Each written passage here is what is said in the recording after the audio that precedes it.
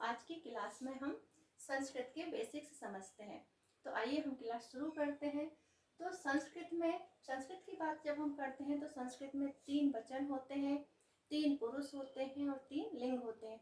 अभी हम हिंदी में पढ़ते थे एक वचन बहुवचन, लेकिन यहाँ पर 3 वचन होते हैं, एक वचन द्विवचन बहुवचन। तो आइए हम क्रम से समझते हैं। मतलब एक वचन मतलब एक व्यक्ति के लिए, द्विवचन 2 व्यक्तियों के लिए और बहुवचन सभी के लिए प्रयोग होता है। ऐसे ही 3 लिंग होते हैं। पहला होता है पुल्लिंग, पुरुष जाति का बोध कराता है।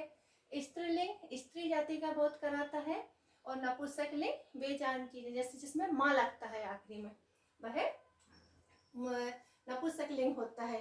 अब पुरुष की बात करते हैं।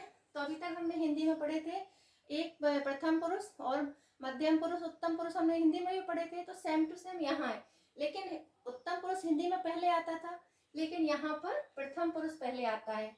तो प्रथम पुरुष, मध्यम पुरुष और उत्तम पुरुष। तो अब हम ऐसा समझते हैं, प्रथम पुरुष मतलब थर्ड पर्सन, तीसरा व्यक्ति जिसके विषय में हम बात कर रहे हैं, तो वह होता है प्रथम पुरुष।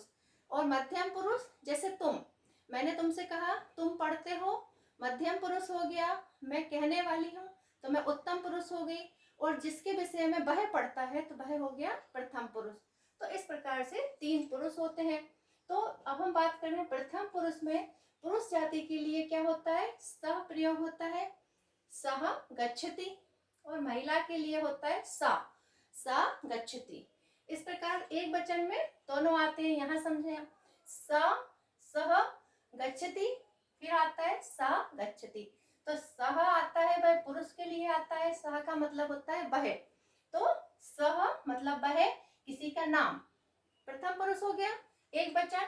और सा वह महिला होती है, उसका मतलब क्या हो गया, स्त्रीलिंग में आ गया वो। फिर आता है इसमें प्रथम पुरुष में द्विवचन में आता है तौ। तौ का मतलब होता है वे 2 पुरुष, 2 व्यक्तियों की बात की जाती है तो हम तौ का प्रयोग करते हैं। तो जैसे हमने कह दिया तौ गच्छता। फिर हमने कह दिया यदि महिला की बात करते हैं, कोई महिला की बात होगी एक वचन प्रथम पुरुष में, तो क्या करेंगे, ते गच्छता। यदि बहुवचन में बात करते हैं तो बहुवचन में ते आता है।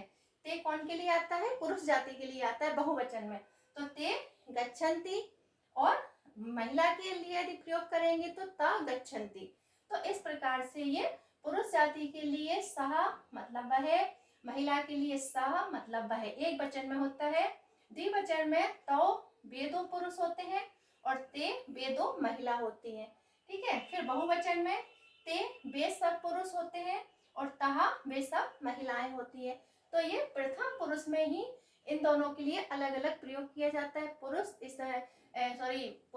पुल्लिंग, स्त्रीलिंग और नपुंसकलिंग में अलग अलग शब्दों का प्रयोग किया जाता है। अब हम बात करते हैं मध्यम पुरुष पे आते हैं। तो मध्यम पुरुष जैसे तुम, सुनने वाला कौन होता है, मध्यम पुरुष होता है। तो मध्यम पुरुष में क्या होता है, तुम युवा यूयम। तुम मतलब एक व्यक्ति के लिए यदि हम बात करेंगे तो इसमें तुम आ जाएगा। तुम मतलब महिला के लिए भी आएगा, पुरुष के लिए भी, दोनों के लिए सेम यूज होता है। ऐसे ही द्विवचन में क्या आता है, युवाम। युवाम मतलब तुम दोनों। तो ये दोनों के लिए मध्यम पुरुष उत्तम पुरुष और महिला पुरुष के लिए कोई अंतर नहीं है, सिर्फ प्रथम पुरुष में अलग अलग शब्दों का यूज होता है। तो पहले में मध्यम पुरुष में एक वचन में तुम आता है, द्विवचन में युवाम आता है और बहुवचन में यूयम आता है। इसी प्रकार उत्तम पुरुष में आता है अहम मतलब मैं, एक व्यक्ति के लिए आएगा तो अहम आएगा, 2 व्यक्तियों के लिए आएगा तो आवाम आएगा, और बहुत सारे व्यक्तियों के लिए आएगा तो वयम हो जाएगा। तो इस प्रकार से अहम आवाम वयम। अब यदि हम इस पूरा देखते हैं तो सहा तौ ते, है ना, तुम युवाम यूयम, अहम आवाम वयम। तो इस प्रकार से ये हमको पूरा चार्ट याद करना रहता है। तो इससे कभी भी हम जब वाक्य बनाते हैं तो हमें किसी प्रकार की कोई गलती नहीं होती है। बस एक चीज यहाँ पर समझने वाली है कि सिर्फ प्रथम पुरुष में ही स्त्रीलिंग और पुल्लिंग में अलग अलग शब्दों का प्रयोग होता है, बाकी दोनों पुरुष में महिला और पुरुष के लिए स्त्रीलिंग पुल्लिंग में सेम चलता है। तो ये सब चीजें आप लोग अच्छे से क्लियर करिए। यदि आपको कोई क्वेश्चन है तो आप मेरे से पूछ सकते हैं।